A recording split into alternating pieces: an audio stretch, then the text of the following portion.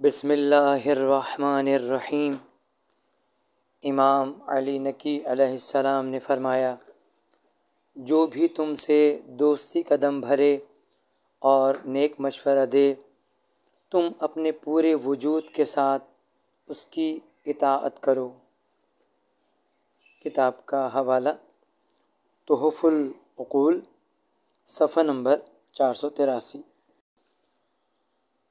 اللہ نے ابراہیم علیہ السلام کو خلیل اس لیے منتخب کیا کہ وہ کثرت سے محمد و آل محمد علیہ السلام پر درود بھیجتے تھے۔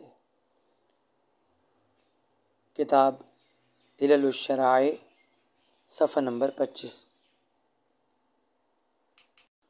بر محمد و آل محمد صلوات۔